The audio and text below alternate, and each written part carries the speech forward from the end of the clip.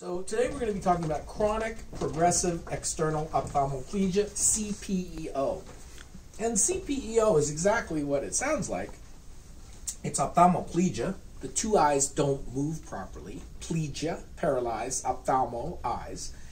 It's external, which means only the lids and the muscles of the eye, the extraocular muscles, are affected, and the intraocular muscles, the iris, are not affected, and therefore the pupil is spared in Cpeo. It's not a neurogenic thing, it's the muscle that's the problem. It's progressive and it's chronic, and in fact it can occur from childhood and then just slowly get worse and worse and worse. So the most common cause of a patient who has bilateral, chronic, and progressive external ophthalmoplegia is chronic progressive external ophthalmoplegia, abbreviated Cpeo. Cpeo is often a mitochondrial disorder.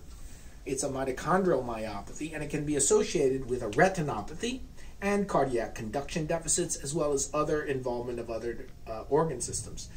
In the old days, we would refer to that complex as the Kearns-Sayre syndrome. The Kearns-Sayre syndrome is the Cpeo plus the retinopathy and the cardiac conduction deficits.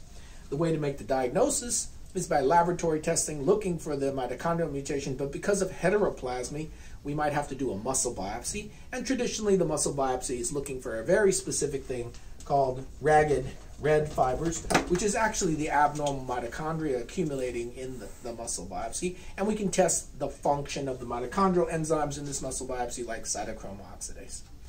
There's no good cure. However, we don't normally give some treatments. We try to avoid the mitochondrial stressors, alcohol, smoking, drugs, and we might give the patient a mitochondrial cocktail, carnitine, CoQ10, and vitamin therapy.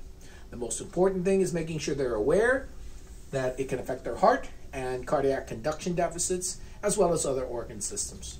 So if you see a patient who has a chronic and progressive external ophthalmoplegia, a bilateral ophthalmoplegia, a bilateral ptosis, with sparing of the internal muscles, the pupil is spared, you should be thinking about Cpeo and performing a muscle biopsy, and if it's mitochondrial myopathy, making sure it's not affecting their other organ systems, but especially their heart.